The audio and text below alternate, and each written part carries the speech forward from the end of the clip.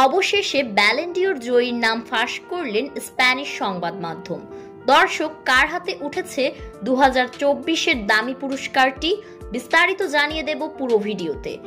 এখনো 1 মাসের বেশি সময় বাকি। আগামী 28 অক্টোবর প্যারিসে এক জমকালো আয়োজনে পর্দা উঠবে ব্যালন ডিওর অনুষ্ঠানের। তার আগেই ফাঁস হয়ে গেল 2023-24 মৌসুমের ব্যালন ডিওর জয়ীর নাম।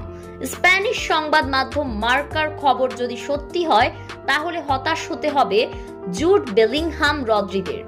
সংবাদ মাধ্যমটি বলছে, ফুটবলারদের ব্যক্তিগত সর্বোচ্চ মর্যাদার পুরস্কারটি এবার উঠতে যাচ্ছে ব্রাজিলিয়ান তারকা ভিনিসিয়াস জুনিয়রের হাতে। এর আগে চলতি মাসের শুরুতে ব্যালন ডিওরের জন্য 30 জনকে মনোনীত করেছিল ফরাসি ফ্রান্স ফুটবল সাময়িকী, যেখানে ভিনিসিয়াস, জুড বেলিংহাম, রদ্রিগের সঙ্গে তালিকায় ছিলেন লাউতারো মার্টিনেস, এমিলিয়ানো মার্টিনেস ও কিলিয়ান এমবাপ্পের মতো তারকা।